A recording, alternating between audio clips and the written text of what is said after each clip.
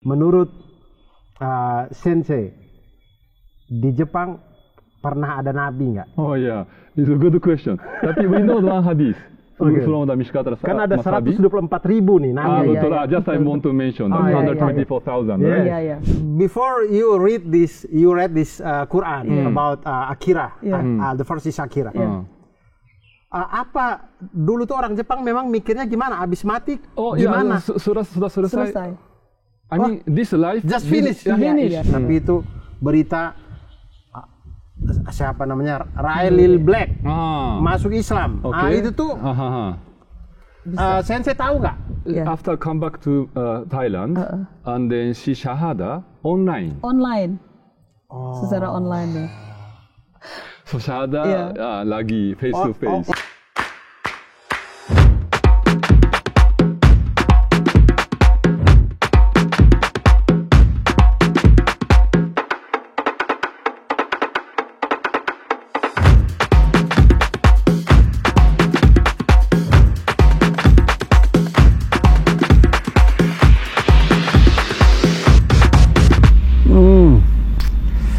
Dan tiba saatnya di depan tenda kita bertanya-tanya. Bismillahirrahmanirrahim. Assalamualaikum warahmatullahi wabarakatuh. Teman-teman semuanya, para nakama-nakama yang luar biasa di luar sana. Alhamdulillahirrahmanirrahim. Allahumma shalli ala Muhammad. Nakama-nakama, guys, friends in front of you. This is Sensei, Sugimoto Sensei from Japan. Bersama dengan sang istri tercinta, Ibu Purwati, Purwati Sang. Asik. Sensei, you are the second Sensei that I know. The first is Oda Sensei. Eiichiro Oda made One Piece. One Piece. Eiichiro Oda. Oda Sensei biasa orang bilang gitu. Anak-anak One Piece biasa bilang begitu. Oda Sensei, Eiichiro Oda. Nah, ini Sensei kedua, Sugimoto Sensei. Apa kabar, Ustadz? Alhamdulillah baik. Alhamdulillah. Umi baik juga ya. Alhamdulillah. Saya terima kasih banyak sudah mau datang ke tenda-tenda. Alhamdulillah. Terima kasih banyak. Pertama dulu. First, saya pengen tanya tuh, di Jepang itu, Sensei, ada gak sih orang asli Jepang keriting? Keriting? Yes.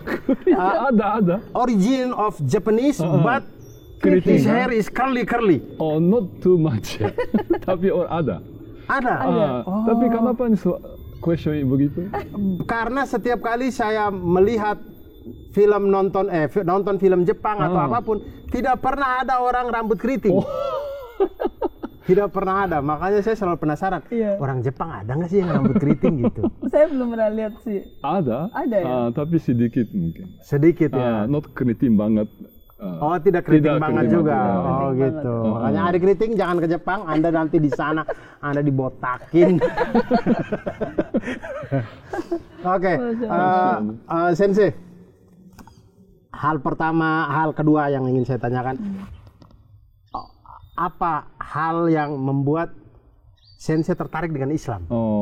Maksudnya saya tuh tidak pernah melihat ada korelasi antara Jepang dan Islam. Okay, so I just speak English. Yes, speak English. Okay. Maybe most of the Japanese people, new Muslim, they first met Muslim dulu.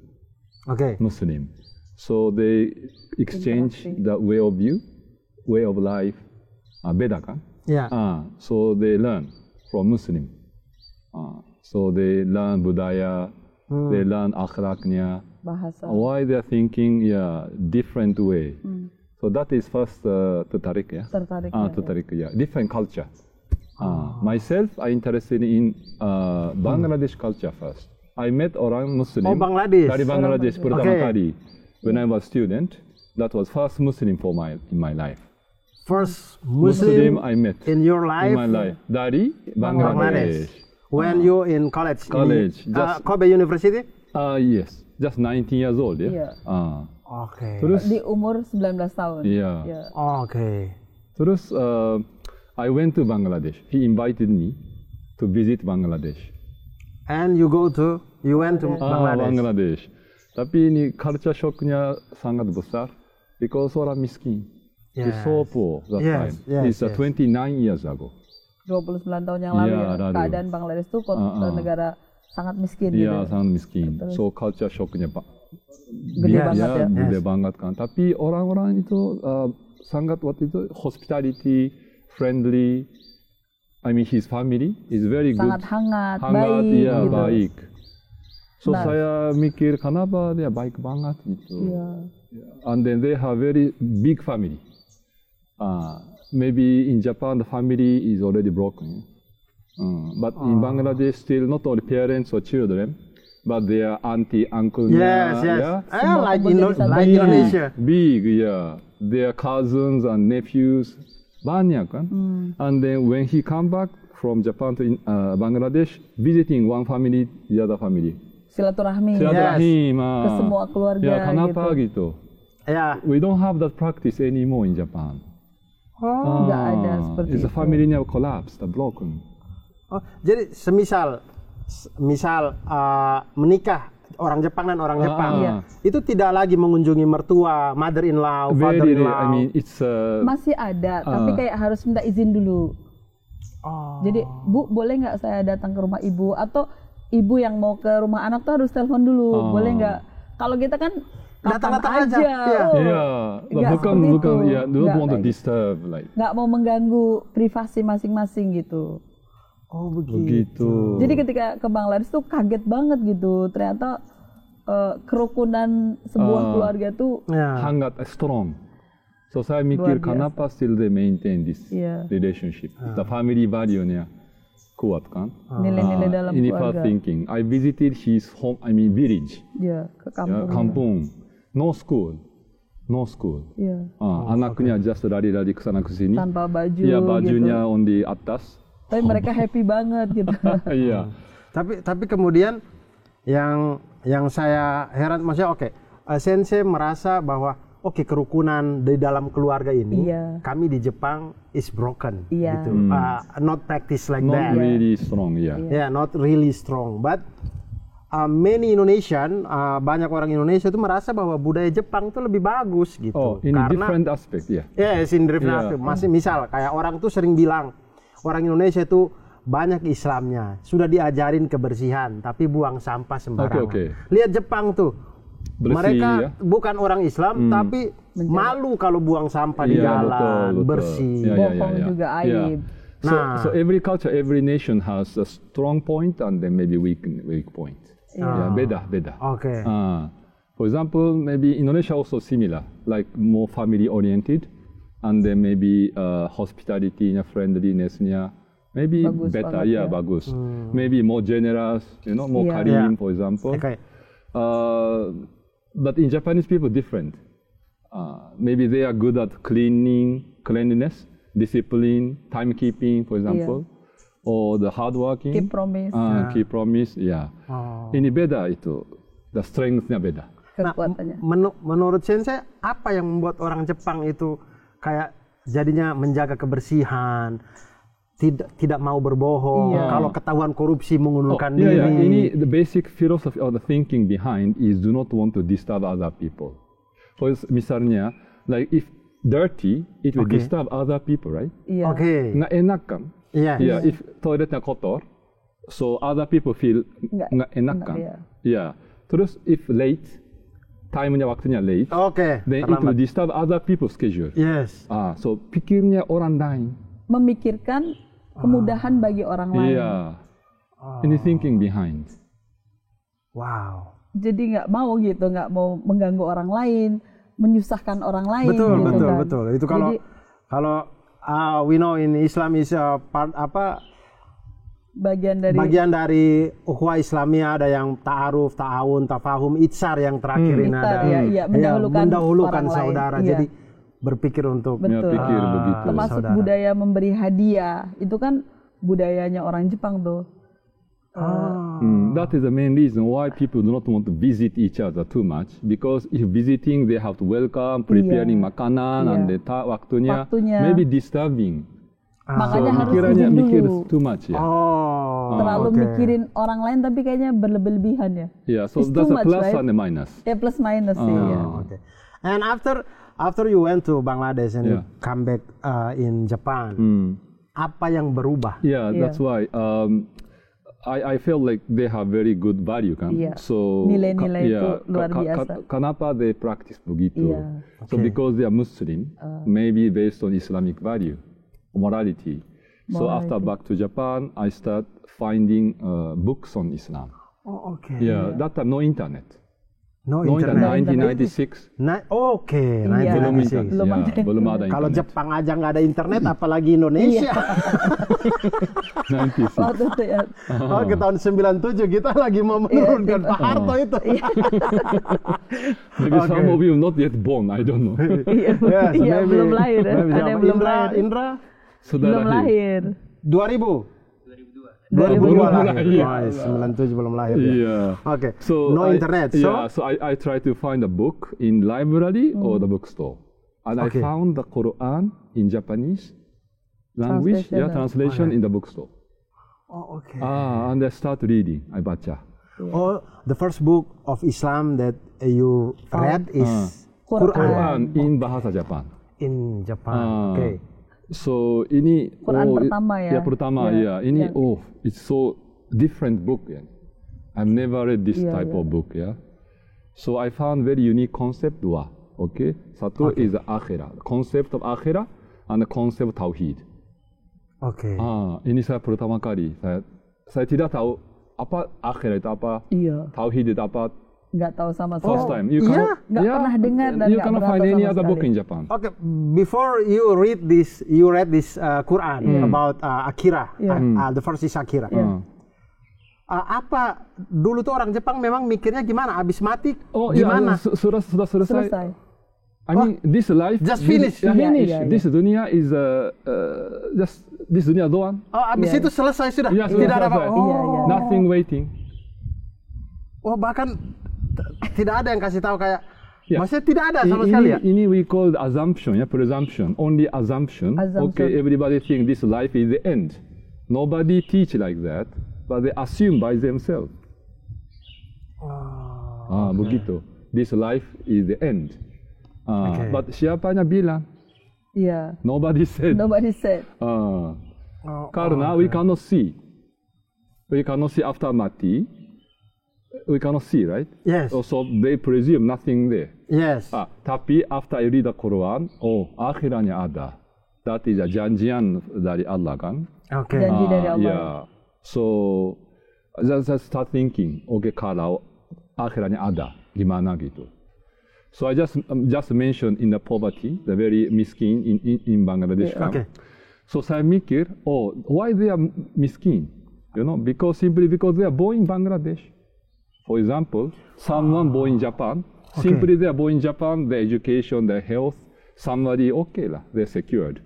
But somebody simply because they are born in Bangladesh and they are starting a susah. They are born in Islam, very poor, right? Yes. Someone born in a very rich family, already rich. So our life from the beginning already have gap, not equal. Yes. Very unequal. So it means if without thinking akhirah, this inequality cannot be minimized. You cannot justify it. So that's why I was thinking this is lucky or unlucky only. Okay. Lucky or unlucky. If you are born in poor country, poor family, you are unlucky. So it means you have no meaning of life then. You are lucky or unlucky only. Yes. Right? So I feel like this life is no meaning actually, basically. So tapi I want to find some meaning, This is the human nature. So I found the concept of akhirah di Quran kan. So saya mikir, ini beda, interpretationnya beda. This life is not the end. So akhirah siapanya judge is Allah only, right? So Allah will judge according to our action. So not whatever we given, Whatever we given is a test, ujian. Apa yang didapat? If dapat banyak or kali little is ujian. So Allah will do not make injustice. He make perfect justice. So even less given, but be patient, sabar, orangnya baik. Inshallah will be rewarded. akhirat. Iya. Jannah, for example, inshallah. Tapi if kaya, tapi doing bad things, right? Pelit. Pelit, doing not wrong. give sedekah. Doing And then, hisabnya ada banyak di akhirat. Oh, itu balancing. The justice-nya jadi ada. keadilan Allah tuh di situ. Yeah, that's why I feel like, this Quran gives me the meaning of life. I mean, the justice-nya ada. Okay. For example, seperti like this. Now sekarang so many people in Gaza, they are genocide, right? Yes. As you can see, nobody can stop. I mean, even the international law cannot sanction, right? Cannot interrupt the Israel government. Yeah. It's so injustice, right? Yeah. Looks like not but in this life, probably it's very difficult to control. Even UN cannot do. Yeah. So gimana? So completely injustice. Tapi in the akhirah, hisabnya ada. Allah will not, nobody can escape from Allah's judgment, right? Yes. So we believe that finally there is justice. Right. Even if not this life, but akhirah, pasti. And this concept of akhirah give you ketenangan. Yeah, the meaning of life. The meaning of life. Karena bagus banget perspektifnya tadi teman-teman, Masya Allah. Jadi maksudnya orang miskin dan orang kaya itu kalau kita lihat dari perspektif dunia, dia ada faktor laki dan unlucky-nya gitu.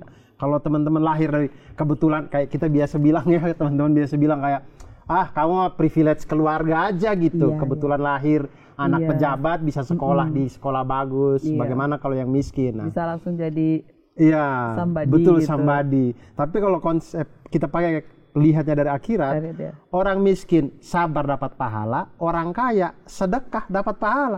Sama-sama walaupun ininya apa, cuman pencapaian akhiratnya bisa kita berlomba dari start yang sama gitu. Nah lalu kemudian the second concept. Tauhid. Yeah. So, before you know the tauhid, itu apa orang Jepang tuh mikirnya apa? Maksudnya apakah tidak ada yang mengurus dunia ini atau bagaimana? Ini like Shintoism. It's a traditional religion in Japan. It's like animism. The people believe millions of gods. People believe millions of gods. Bukan miliaran Tuhan. Sorry, bukannya sun ya, matahari. Sun also one. Salah satunya. Salah satu. But banyak. So ini apa namanya Shintoism. Jadi before Islam you are Shintoism. Shintoism or like I'm not like a non-religion. Like most Japanese people like this. They are maybe following the culture. So sometimes they follow Buddhism, sometimes they follow Shintoism, sometimes they follow Christianity. The mix culture. So anyway, Japan is famous. The people believe millions of gods, many gods. So saya research because the Quran is very clear. The definition of a god is ada. Kaget because nobody teach what is the definition of God. There is no mention in textbook. Nobody teach. So but Quran is very clear. For example, Allah Ahad. Finish. Just say He is Allah one only, right? Saya kaget. Ada definisinya ada. Tuhannya. So gimana? So who are actually this million of gods? Siapa? What the nature of these gods? So saya research dulu. So sudah ada researchnya banyak. Shintoism or jinja itu like a shrine.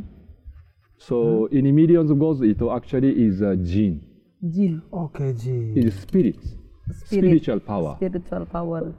For example, if you go like shrine, they put some dragons, snakes. Banyak, They put the dogs and the fox. Ini manifestation of jin. And then ini saya kaget. I found the hadith. Actually, 7th century Muhammad mentioned actually the jin can be a form of snake or dog. Muhammad already mentioned. Yes.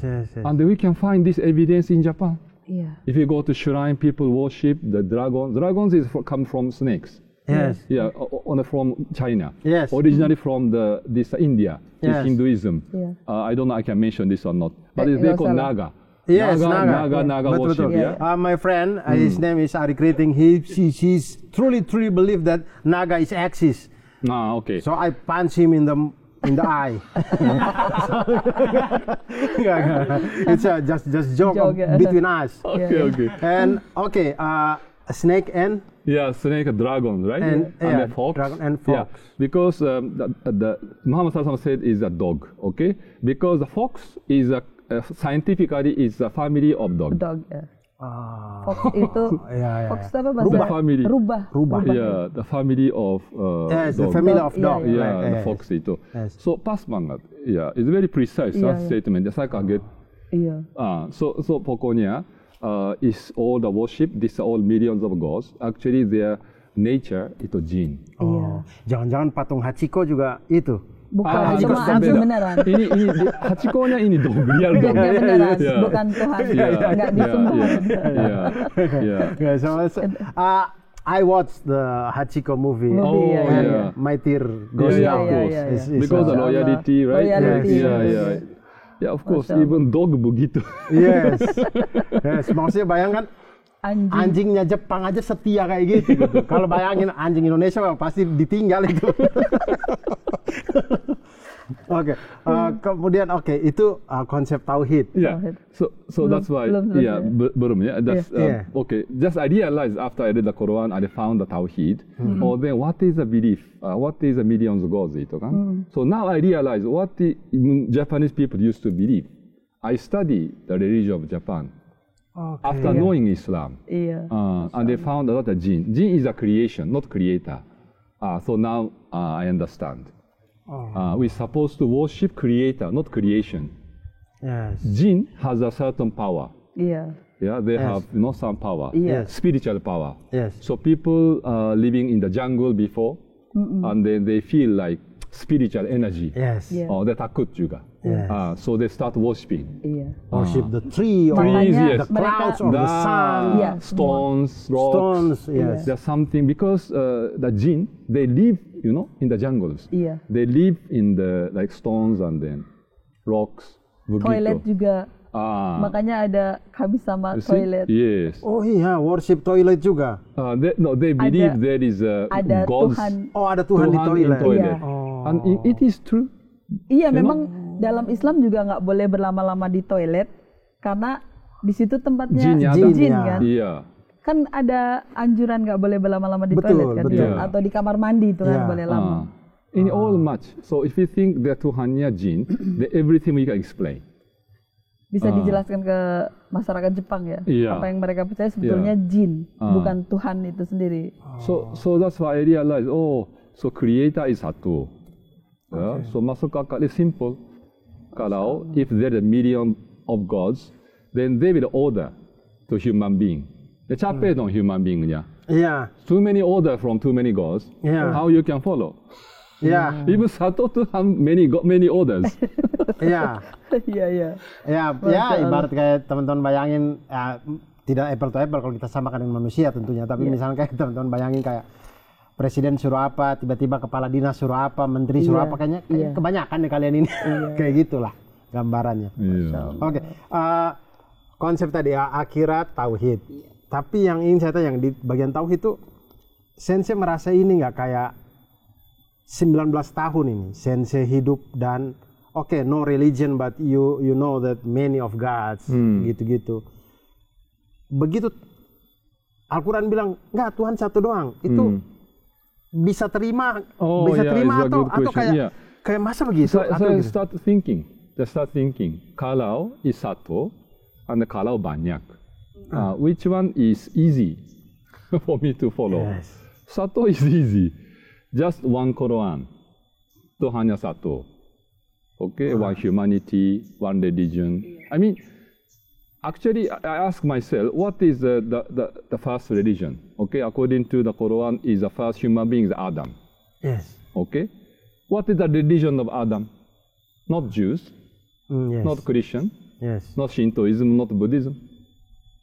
Apa? Agamanya Adam itu? Tauhid. Islam, only Tauhid, obey Allah. One God. So it's simple. So only actually from the in front of Allah, in the side of Allah, only Islam. So kenapa? But Allah always order to all the prophets, obey Allah, and there is no worthy of worship but Allah. That's the only message, the core message.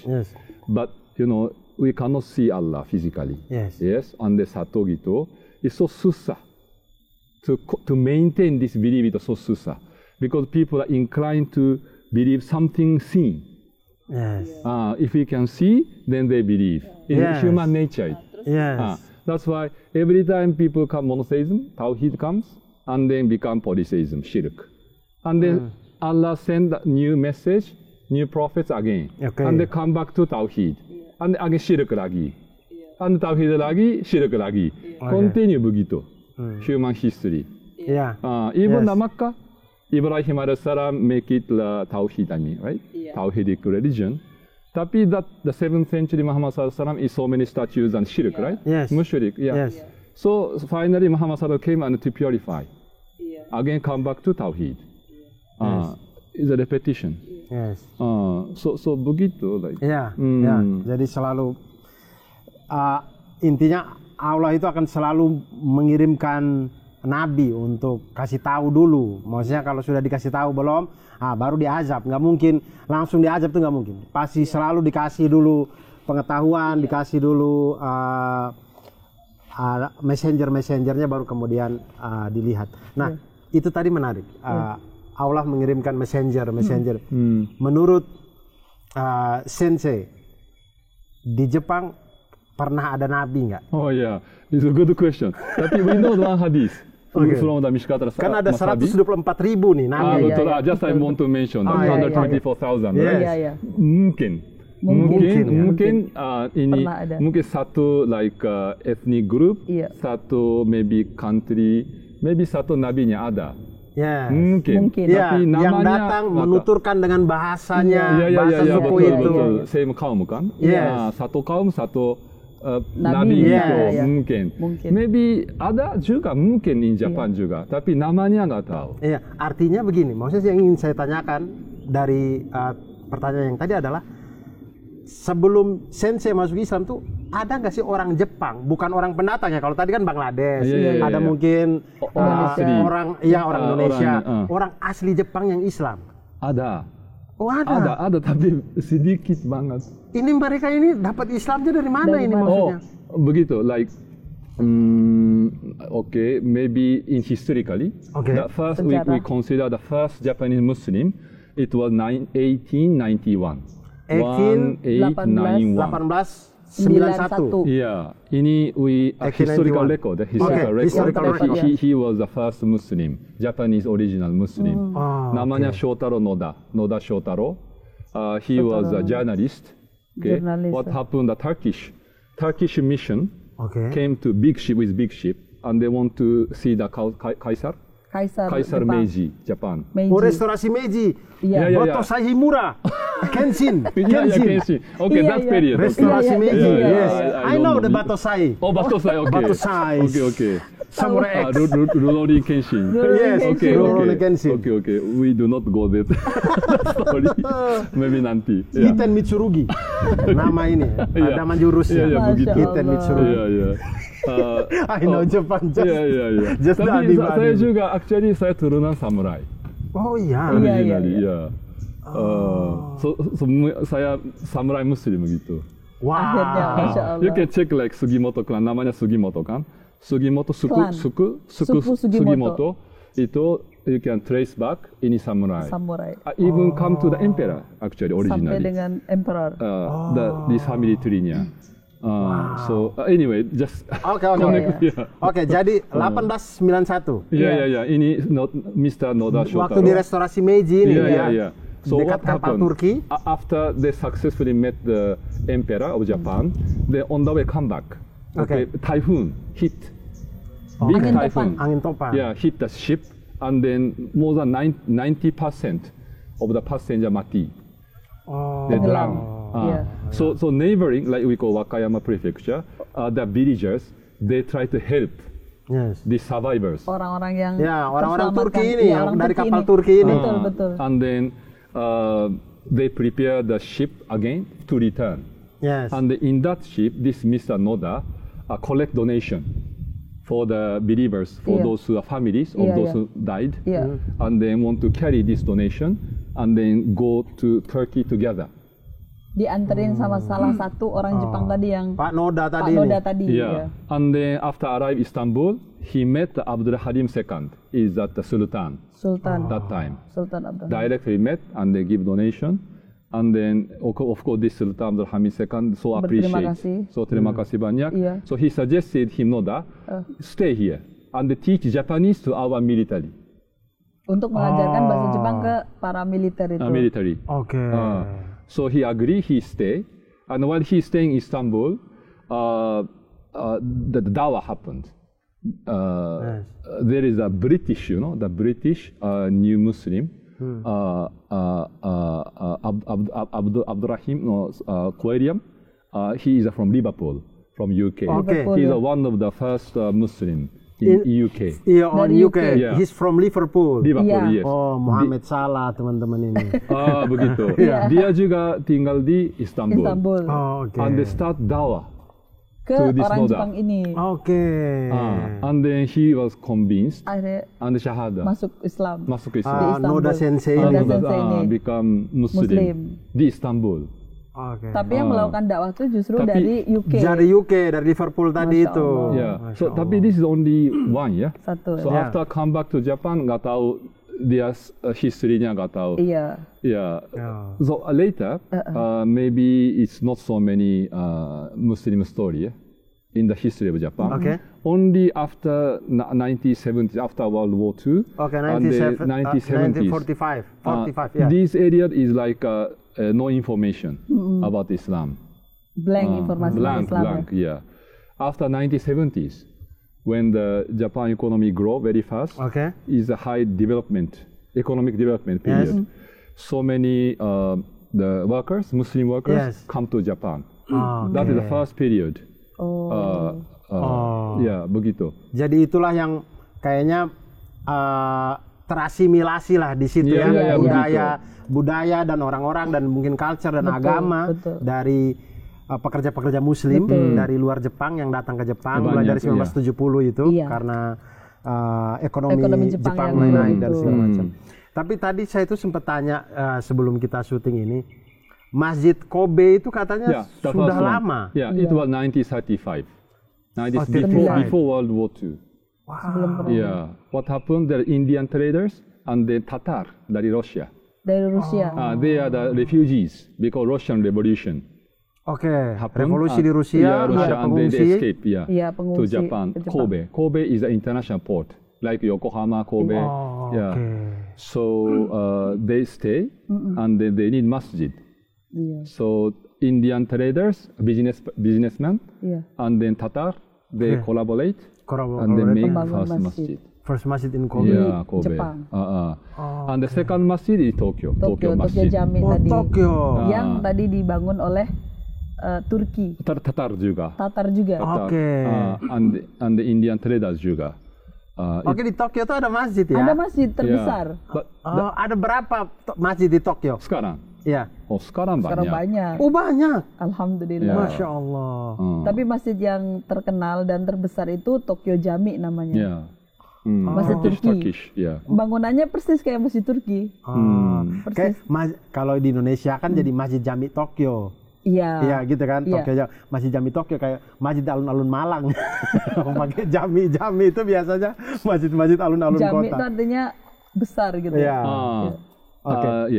Jama, actually Jama. Jamaah dari Jama. Original, kalau di kota lain kayak Yokohama, saya sempat lihat di Yokohama itu sedang pembangunan. Itu. Now we have project. Yokohama As-Salihin Masjid. It's the second, I think, the largest masjid in Yokohama. The first one is more Pakistan brothers. They built. Dari teman-teman brothers from Pakistan bikin. Yes. But the second one, the largest one, is Indonesian brothers and sisters. Alhamdulillah. They try to build now. Dan ini teman-teman gambarannya di Yokohama tuh ibaratnya kayak Jakarta. Tapi dia itu baru punya satu masjid. Nah itu masjid yang dibikin sama saudara-saudara kita dari Pakistan. Nah di sana kemudian kalau Jumatan, itu tadi dapat cerita dari Sensei, itu Jumatan tuh 3 shift. Karena masjidnya nggak cukup, orang Muslimnya tambah banyak di sana. Jadi datang khotbah salat Jumat, udah keluar ganti lagi gitu 3 shift. Nah artinya di Yokohama itu kemudian merasa kayaknya sudah butuh masjid kedua deh. Iya. Karena ibaratnya bayangin sebesar Jakarta kalau masjid cuma satu, orang dari Cakung sholat di Jagakarsa kan jauh. Nah akhirnya dibikinlah ini, alhamdulillahnya kita dari Indonesia itu kemudian bisa nih mengumpulkan dana, kemudian kemarin sudah beli tanah. Iya betul. Jadi kalau biasanya itu kan kalau kita bikin masjid, kalau kita renov ruko itu jauh lebih murah. Tapi kalau ini tuh emang beli tanah. Betul. Dari nol, jadi beli tanahnya aja kemarin sudah dapat 400 meter itu 8 miliar rupiah. Saya tidak tahu yennya berapa itu ya. Tapi kemudian nanti dalam perencanaannya itu kita butuh sekitar 40 miliar teman-teman untuk membuat masjid ini 4 lantai yang mana di situ nanti akan jadi tentu ibadah, pusat dakwah, kemudian segala kegiatan untuk dakwah di Yokohama dan di Jepang itu hidup. Jadi tentu saya mengharapkan teman-teman mari kita sama-sama ini amal jariah nih dibuka sama kita yang kayak tadi. Ini bukan faktor laki-laki, ini faktor tinggal maunya doang ini. Ini bukan laki-laki, ini kan kita semua punya. Mari kita berdonasi, nanti ada di kolom deskripsi, nanti kami kasih di situ. Mari kita bantu untuk ada masjid kedua di Yokohama. Masya Allah. Yang dibangun oleh masyarakat Indonesia. Iya, Masya Allah. Masya Allah. Nah, Ustadz lagi Sensei, ini saya lihat tadi Sensei ini kasih ini teman-teman. Jadi ini nih karena ini tarjim ya, kayak terjemahan. Ini dalamnya ini bahasa Jepang semua teman-teman. Kanji yang mudah. Kanji yang mudah katanya. Walaupun kanji yang mudah pun saya lihat saya nggak ngerti sama sekali. Ini kayak buku, jadi dibikin memang sudah tidak ini bukan, maksudnya sudah tidak bukan Quran lagi, jadi memang dibikin untuk non Muslim, non Muslim di Jepang hanya untuk baca. Hanya terjemahnya saja. Jadi hanya terjemahnya saja, jadi dia bukanya sudah dari kiri. Tapi ini saya kaget, Jepang tuh ternyata bisa datar juga ya. Saya pikir dari original up and down. Ya, sekarang begitu, easy to read. Sekarang dibaca, kiri ke kanan. Nah, ini terjemahan.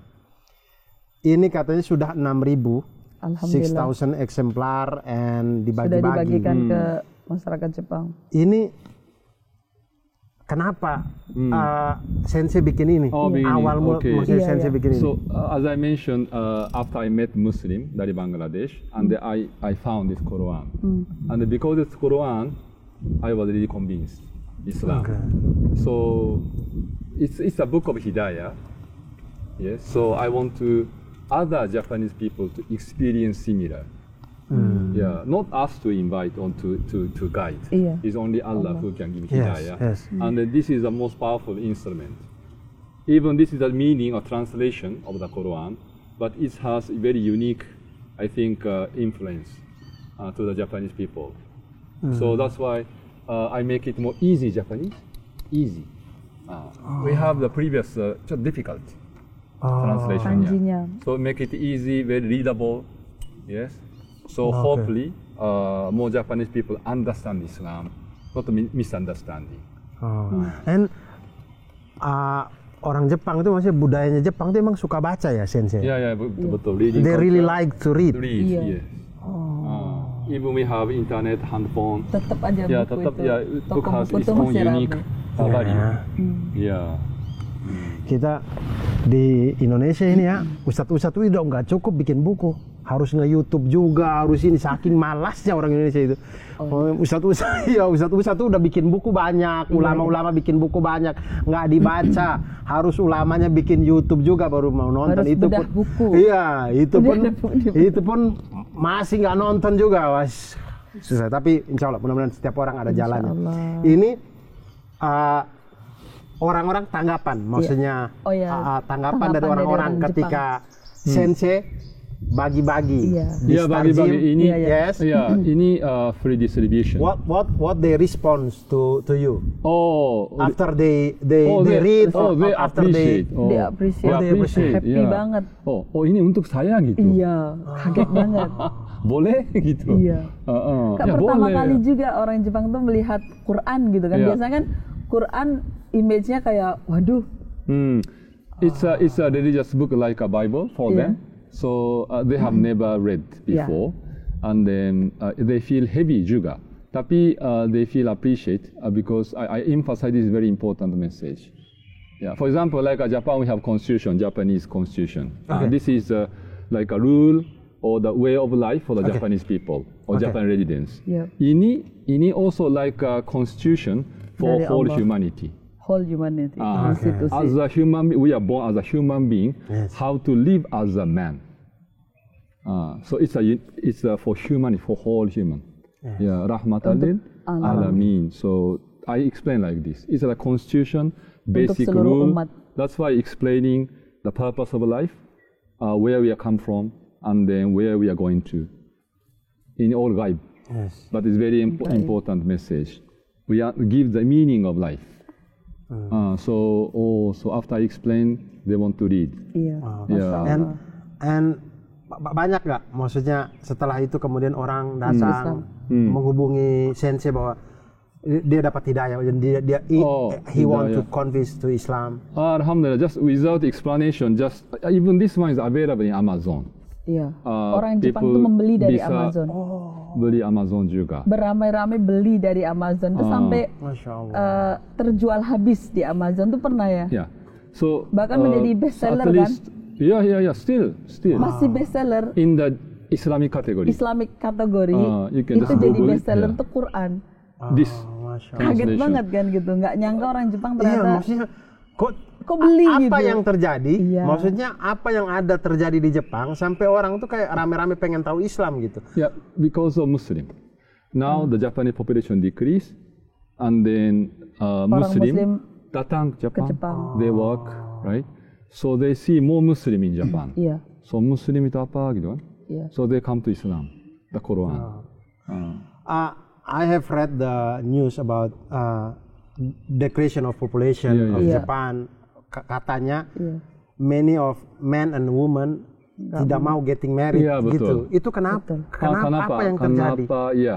Ini they said susah to find the match, the best match. Okay. And no opportunity to meet each other begitu. They mention. So they apply for like application, like a matchmaking application. Okay, match, no match. Okay, I know. Ini banyak kan applicationnya, tapi susah to find the good husband or wife. So they give up, or otherwise they think about mikirnya how they can educate, the cost, the expensesnya banyak, they calculate. So, karena mereka nggak meyakini bahwa rezeki dari Allah kan, karena nggak ada keyakinan kepada Allah itu kan. Dia worry ya. Jadi kalkulasi tentang biaya hidup, kalau nikah tuh nanti biaya berapa, punya anak berapa, itu dikalkulasi dari awal gitu ya.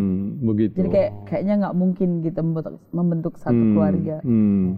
Tapi kemudian Sensei kenapa bisa yakin dengan menikah dengan wah ini orang Indonesia nih? Iya kenapa tuh? Aku juga pengen tahu nih. Apakah saya ingin melanjutkan penjajahan gitu atau bagaimana? Atau terbalik? Sebetulnya dia yang sedang aku jajah. Iya. Maksudnya kenapa kok yakin menikah? Yakin, it was 2001 ya. 2001. We met first time ya. We met in Kobe Masjid. Masya Allah. Tempat ketemunya aja udah berkah ya. Alhamdulillah. So gimana itu? So first like greeting, and then Imam Masjid, Kobe Masjid itu just call me. There one Indonesian sister want to learn Japanese. She looking for textbook.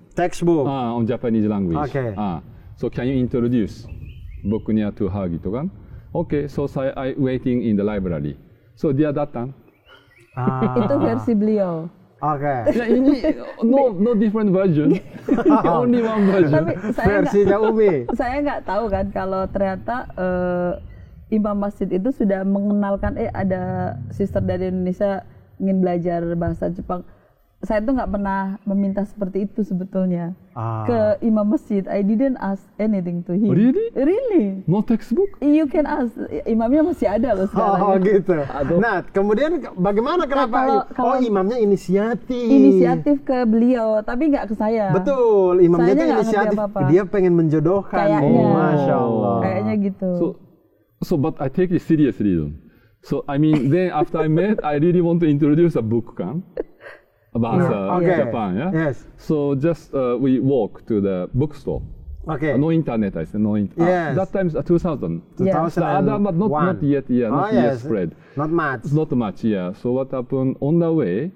Dia kakinya like kesleo, jatuh gitu. Ini kayak ketika cinta bertasbih banget ini, Masya Allah.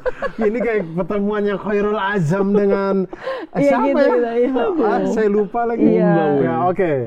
So, what happened gitu kan? Yeah. So first have to treat because she cannot like so sakit kan like. So okay, later we can go to bookstore. The first we have to like go home. Yeah. Have to go home.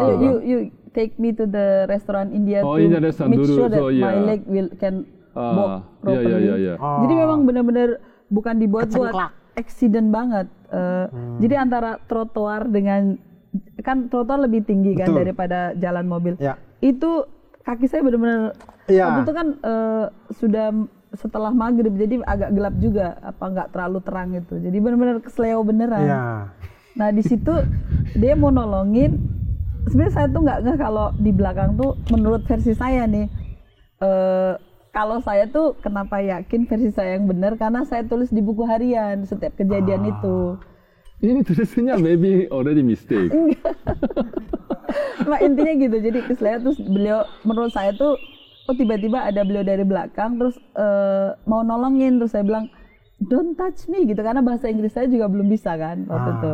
Terus kayaknya kayak oh enggak nih kamu kalau di sini bahaya, sebaiknya kamu minggir sebelah kanan karena kayak mobil tuh lalu lalang di sini gitu. Kayaknya saya hanya nebak-nebak aja kan belum bisa bahasa Inggris waktu itu. Saya disuruh istirahat di sebelah sananya. Terus dari sini saya tahu restoran India yang mungkin bisa dikasih handuk hangat gitu supaya lemes kakinya. Yeah. Nah, di situ. Yeah. Terus after that I send her back to her house. Yes. Then, tapi saya bilang, tapi kamu harus jauh-jauh jaraknya gitu. Jadi kamu di gerbong sebelah sana, aku sebelah sini gitu. Karena kan saya pakai hijab panjang, takut jadi fitnah kan. Iya. Jadi cuma dia hanya make sure kalau aku pulang dengan selamat gitu. Karena kakinya benar-benar kesleo, nggak bisa jalan kan gitu. Yeah, so she lives with the consulate Indonesia kan. Almarhum Pak Zamardi. Yeah. So but I didn't introduce the book yet. Yeah. So just exchange. Karena his ankle is broken. Yeah, broken. So we exchange the email. Oh, oke. Itu versinya dia, apa versi dia aja? Yeah, email exchange. So nanti I kirim message. So when is next time? Go to bookstore gitu. Oke. Ini how start? How many time we meet and you propose me in the restaurant? Interesting versinya ayah gimana? How many times saya lupa. Tapi 3 kali. 3 kali ya? 3 kali ketemu. Cepet banget ya? Cepet banget ya. So kenapa kamu yakin gitu? Padahal belum ngerti apa-apa nih gitu. Just only 3 times. Yeah, we went to restaurant and then just make like surat, like letter. Jadi lucunya gini, mungkin aku bantuin gitu. Saya bagi nggak salah lucu juga gitu. Waktu itu umurnya masih 24 tahun dan saya juga nggak tahu umur beliau itu berapa. Saya ngerasa masih anak remaja kayak gini nih. Terus saya udah ibu-ibu kan, umur saya udah 30 tahun dan semua orang memanggil saya Bu Pur karena guru ngaji juga kan. Jadi ketika ada anak remaja gitu ngucapin salam di depan pintu Masjid Kobe, saya jawab waalaikumsalam, terus what's your name? Ini versi saya. Terus me gitu, terus nama saya Muhammad Salman gitu. Oh, it's come back to the first. Iya. Terus ini pertama kali ketemu saya dengan beliau itu di depan pintu Masjid Kobe. Kemudian saya tanya, are you Muslim gitu? Terus yes, of course, dia bilang gitu. Oh, Masya Allah. Pandangan saya tuh kayak penasaran kan. Pertama kali dalam hidup ketemu anak remaja Jepang Muslim gitu loh. Saya lebih tertarik pasti gitu kan, kenapa masuk Islam. Padahal dia anak muda banget dan belum pernah saya ketemu orang Islam. Tahun 2000 waktu itu kan, istilahnya tahun 2021 itu masih sedikit orang Muslim. Tapi ada anak remaja lebih kecenderung kenapa masuk Islam gitu, bukan untuk sebuah hubungan gitu. Nah tapi ketika prosesnya ternyata kayak gitu dan Allah menjadikan jalan jodoh gitu. Pokoknya setelah 3 kali pertemuan di restoran yang tadi saya ke Sleo tadi, beliau tuh pinjem buku, can I borrow your notebook gitu. Terus saya kasih notebook, terus beliau tulis Bismillahirrahmanirrahim. Saya kan ngeliatin mau ngapain gitu kan. Terus in the name of Allah, I Muhammad Salman Sugimoto kayak berniat untuk menikahi sister. Di situ baru tanya nama saya. Jadi sebelumnya itu belum kenalan. Saya nggak tahu namanya siapa. Jadi pertama kali nanya, what's your name gitu, Purwati Kasmaja, spellingnya gimana gitu, PURWT itu. Terus if Allah wish gitu, kayak insya Allah. Kayak saya kan belum ngerti bahasa Inggris tuh, tapi aku ikut baca kayak gitu. Terus tanda tangan, beliau tanda tangan kan. Terus buku itu dibalikin, kamu tanda tangan di sini. Terus saya nurut aja. Terus ditutup, dia bilang bukunya dibalikin ke saya. Kayaknya kayak ini janji saya, tolong kamu keep gitu, kamu simpen gitu. Nah setelah pulang, aku kasih tahu ke Mbak Rina, beliau juga sudah almarhumah, istrinya Pak Zamadi tadi. Mbak, tadi aku ketemu orang Jepang gitu, dia nulis ini, dibacalah sama Mbak Rina. Beliau yang Masya Allah teriak-teriak, bubur dilamar orang Jepang gitu. Terus langsung telepon ke suaminya, kebetulan suaminya lagi ada tugas di Indonesia. Ayah, bubur dilamar orang Jepang. Jadi semua tuh heboh banget. Terus teleponnya dikasih ke saya mau bicara sama Bu Pur. Terus begitu tahu namanya, Bu Pur, jangan ngomong apa-apa, jangan dijawab apa. Nanti saya balik ke Jepang, saya terangin siapa dia. Ternyata Pak Zamadi sudah mengenal Bapak ini. Oh iya. Saya tahu dia. Kenal dari Kobe Masjid. Di Kobe Masjid. Ternyata beliau ini sudah cukup dikenal banyak orang. Saya doang nggak tahu. Ibu agak kolot ya, agak ini Cooper ya. Gitu. Iya, jadi saya jadi nggak. Intinya mereka tuh seneng banget. Terus saya juga mau ngomong apa, tapi kan saya udah tanda tangan loh. Ya. Udah dijebak. Aduh, Masya Allah. Tapi ini teman-teman, namanya orang kalau memang serius niat tuh ya, nggak perlu lama-lama. 3 kali ketemu, bahkan nama belum tahu. Iya, Masya Allah. Udahlah dilamar gitu. Kalian bertahun-tahun habisin duit, nggak ada tujuan. Satu hal lagi tuh, dia kan masih student. Maharnya itu ngutang. Masya Allah. Utang itu kayak, saya ditanya, kamu dalam hidup ini pengen apa? Waktu itu hal yang mustahil itu kan pergi haji kan. Kayak aduh, boro-boro pergi haji berarti, tapi jadi tujuan kayak suatu saat saya pengen pergi haji. Terus saya bilang, ditulis di buku nikah, di surat nikah itu, maharnya tuh pergi haji. Tapi ngutang. Dan jadi, sudah alhamdulillah 2015 dibayar. Masya Allah. Jadi maksud saya gini, Masya Allah, keberaniannya gitu ya, percaya diri. Luar biasa. Itu yang kurang dimiliki sama laki-laki sekarang. Nah kemudian yang ingin saya tanyakan, ini buat teman-teman mungkin belum tahu. Jadi Umi, saya panggilnya Umi ya, Umi Pur ini di Jepang pada waktu itu beliau tuh mengajar ngaji. Iya, betul. Ya, mengajar ngaji buat anak-anak konsulatnya Indonesia di Jepang. Iya, betul. Begitulah. Mengajarkan ngaji.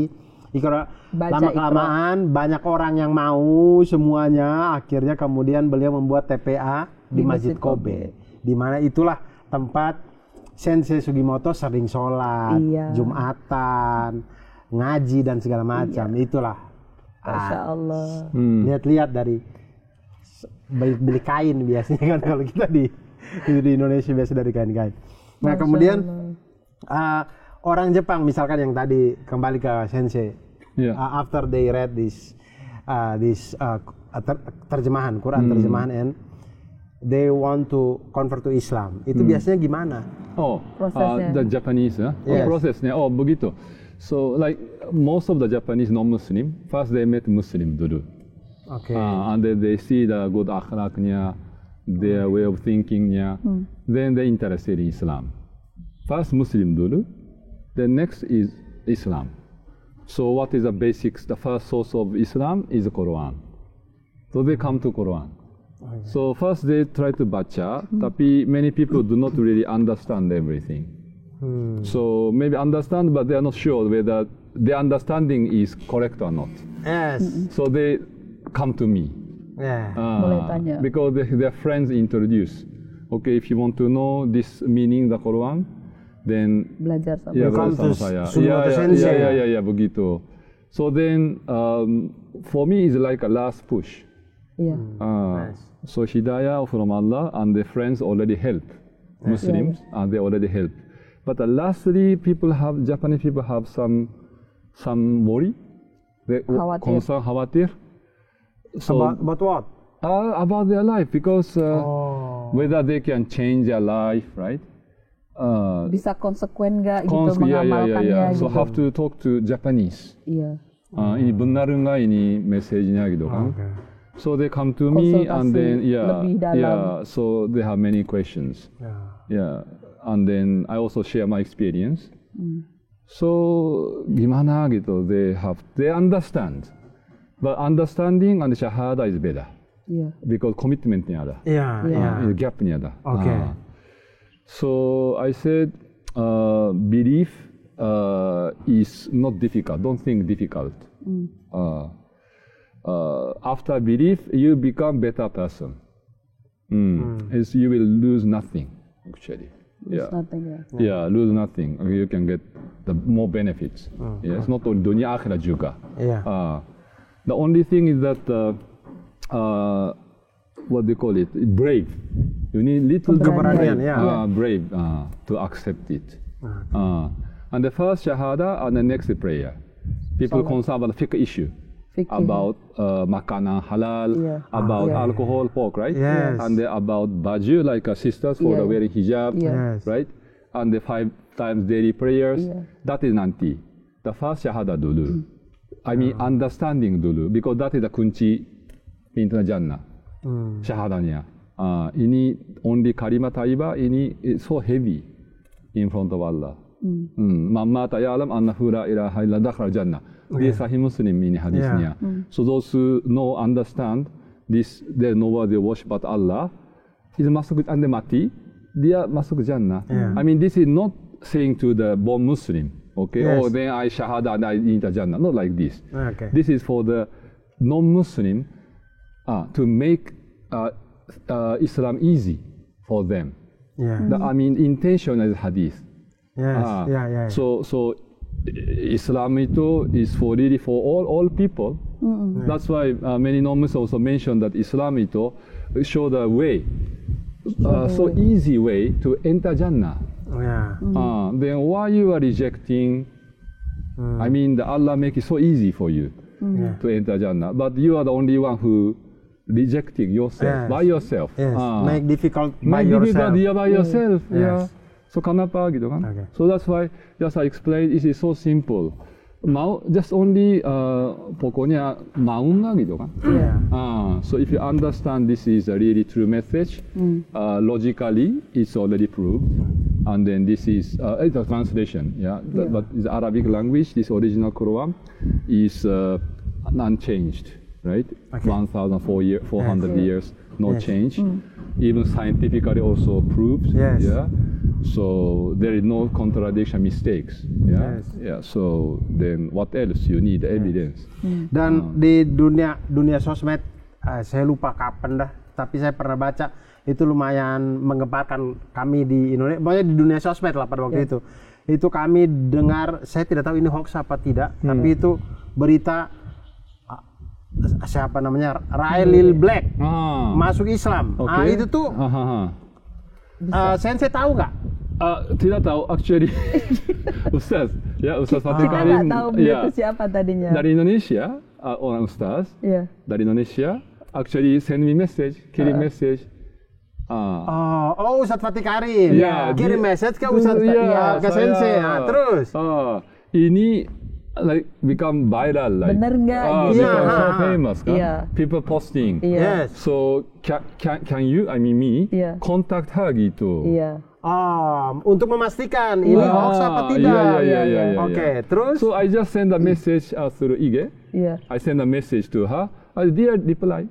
Datang. Dan ternyata benar. Ketemu kami. Yeah, so I invited her to because this also is Allah's guidance. Iya, betul. She is living in Bangkok, Thailand. Oh, okay. Yeah, but just after sending message, she has a plan to come back to Japan for 1 week or 10 days, and they just invited her to come to our center in Chiba, next to Tokyo. Okay. So she agreed.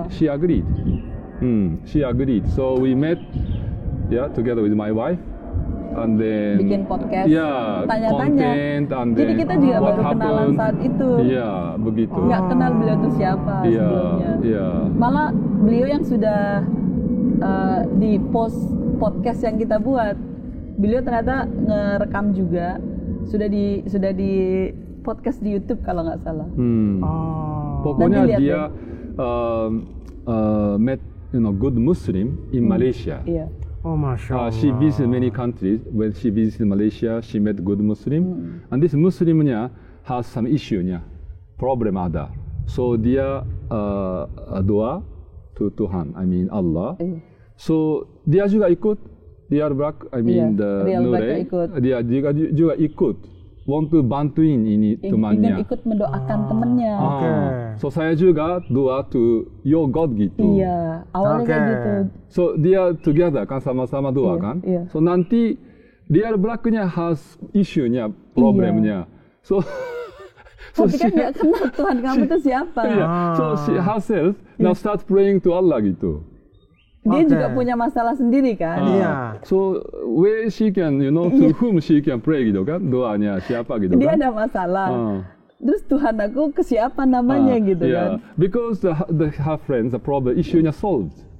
Solved because maksudnya dia juga bantu untuk doa dan segala macam, dan sekarang dia punya masalah sendiri. Own problem. But previously her problem, friend's problem solved. Jadi Tuhannya has efeknya ada.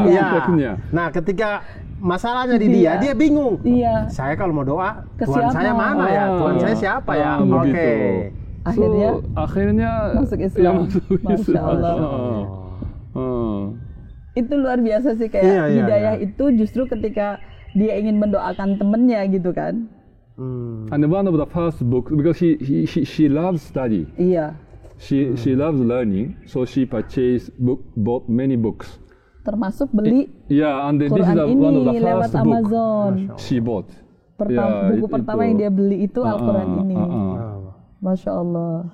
Iya, karena saya tuh biasanya yang begitu-begitu saya tidak terlalu mengomentari karena saya takut hoax. Karena saya tidak tahu, tapi ini akhirnya kita sudah bisa konfirmasi ya. Jadi memang berita itu ternyata benar. Diulang lagi syahadatnya. Bersyahadat kan kita juga bersyahadat berkali-kali gitu kan. What happened after come back to Thailand, and then she shahada online. Secara online ya. So shahada lagi face to face. Online face to face with her friend in Malaysia or? In Thailand. Oh, in Thailand. In Thailand. Oh, jadi ada teman di Thailand yang memualafkan dia. Iya. It's the online first time. But face to face she comes to Japan. Chiba, yang di Chiba. Baru face to face dengan Bang Salman tadi. Nah, kemudian itu waktu ketemu beliau sudah berjilbab. Sudah. Seperti di foto itu. Oh, pakai nikob. Terus saya tanya, emang keseharian kamu pakai nikob gitu? Saya lebih nyaman pakai nikob sebetulnya gitu. Kayak merasa aman aja. Iya. Karena wajah beliau orang juga sudah pada tahu juga. Saya sendiri ketika diajak suami, nanti ada orang mau podcast gitu. Ini diintroduce sama Ustaz Fatih Karim gitu. Kamu ikut ya gitu.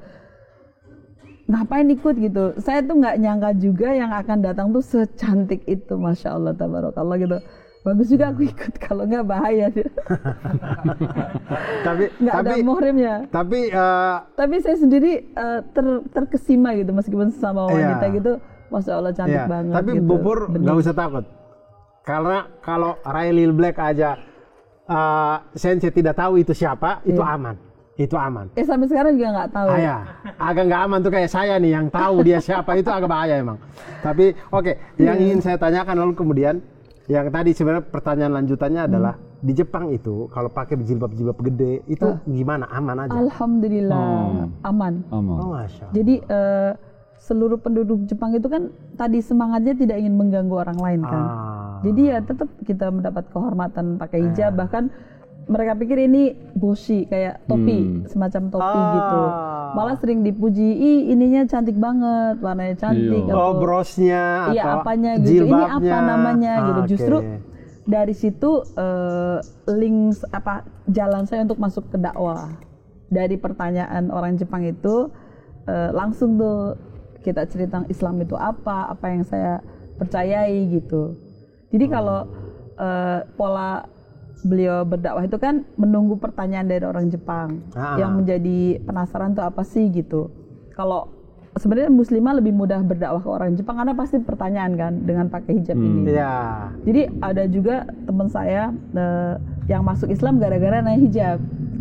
Jadi ketika saya sedang sibuk kerja ditanya kenapa pakai hijab, terus saya kasih Quran karena lagi sibuk kerja. Pokoknya ada di dalam Al-Quran deh gitu, kamu baca sendiri. Ternyata benar-benar dibaca sampai 2 tahun dia baca Quran, dan suatu hari dia tergopoh-gopoh tiba-tiba minta masuk Islam saat itu juga. Karena dia nggak tahu apa yang terjadi ketika dia baca Quran gitu. Jadi kadang hidayah itu memang unik banget, 100% dari Allah. Cuma kita dipakai sama Allah untuk tujuannya lah gitu. Masya Allah. Gitu. Jadi alhamdulillah bagi teman-teman yang pakai niqab di Jepang juga aman.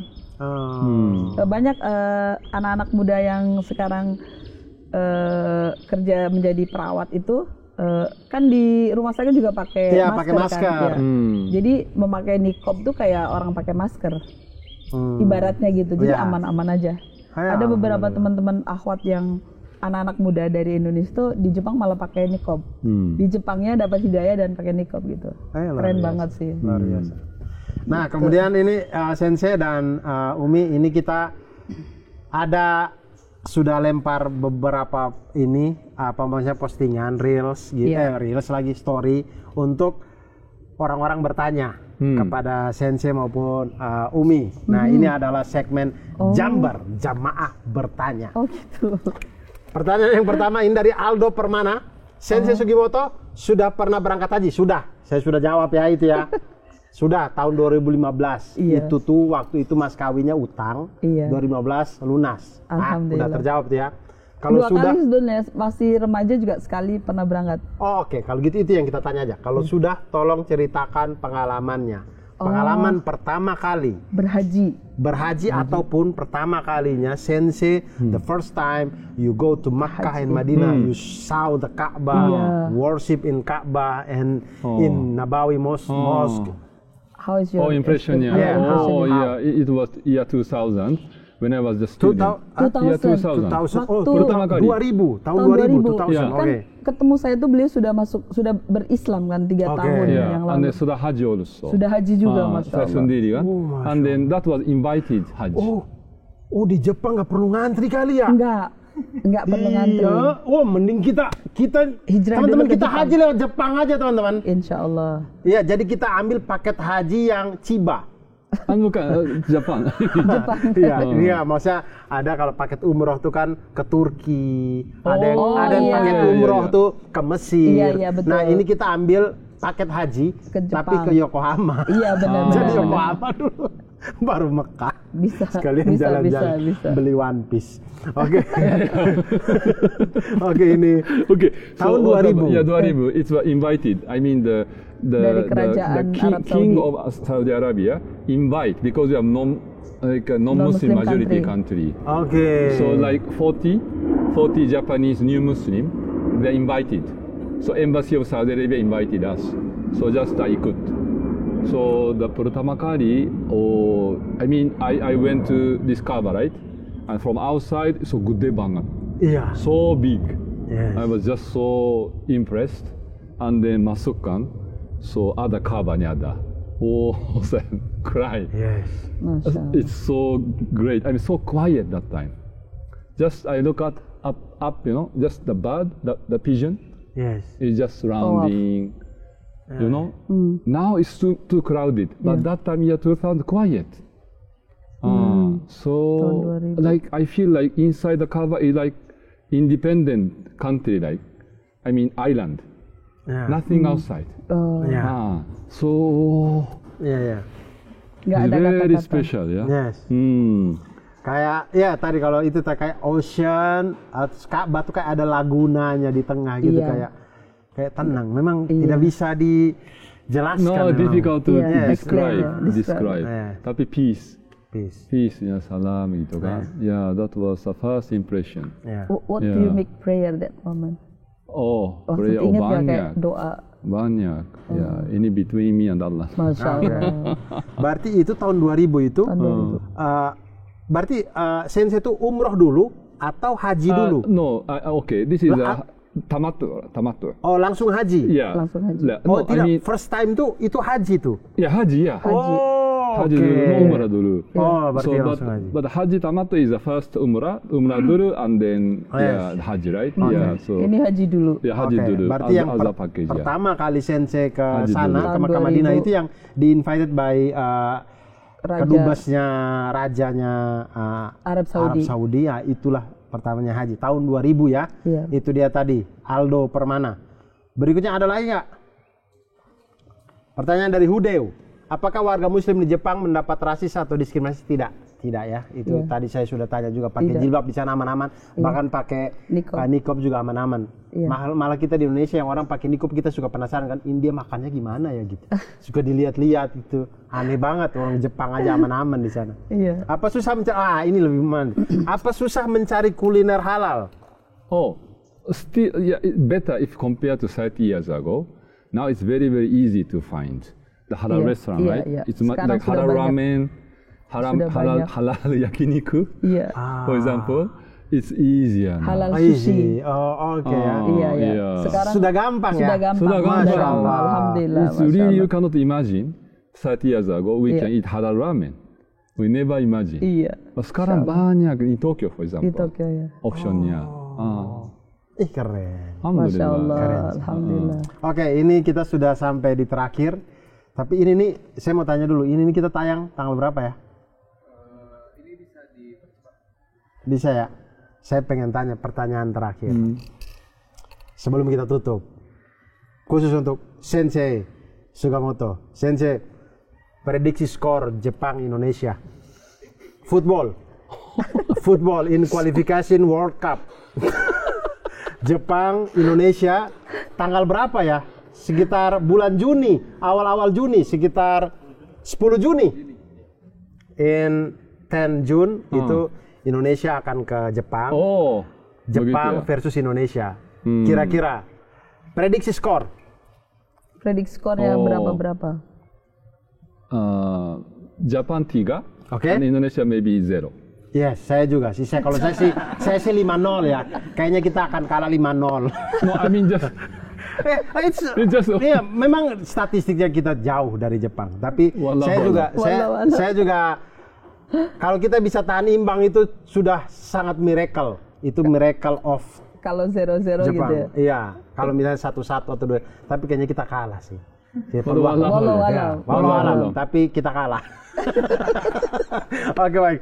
Sensei, terima kasih banyak. Umi, terima kasih banyak. Semoga lancar-lancar segala macam urusannya, diberkahi terus segala macam. Terima kasih kepada Cinta Quran Foundation Cinta Quran Foundation. Terima kasih juga sudah mensupport Quran terjemah ini dibagikan kepada seluruh penduduk Jepang, insya Allah. Ada ininya, ada logonya Cinta Quran Foundation ya di mana? Di belakang. Di belakang ya. Itu. So terima kasih kepada masyarakat Indonesia yang sudah mendonasikan harta terbaiknya gitu, dan ini adalah menjadi jalan dakwah kami di Jepang dan jalan hidayah buat seluruh penduduk Jepang, insya Allah. Amin. Jadi teman-teman ini, kalau berdonasi ikut ke Cinta Quran ini, insya Allah Cinta Quran Foundation, insya Allah kita ikut untuk beramal jariah membuat terjemahan Al-Quran ini untuk teman-teman saudara-saudara kita di Jepang dan juga untuk pembangunan masjid di Yokohama. Setiap orang yang sholat di situ, setiap orang yang doa di situ, setiap orang yang kesana ambil wudhu, masuk Islam di situ, kita dapat pahala. Mengalir terus, insya Allah. Jadi mari kita ikut berdonasi. Nanti kami bikin di deskripsinya ada di situ. Jadi teman-teman silakan berdonasi di situ. Saya Abdul Rasad, watashi namanya Abdur, pamit. Ya, mohon maaf, saya cuma tahu itu doang. Watashi namae wa gitu doang saya. Oke, terima kasih banyak. Wassalamualaikum warahmatullahi wabarakatuh. Waalaikumsalam warahmatullahi wabarakatuh. Jazakumullah khairan.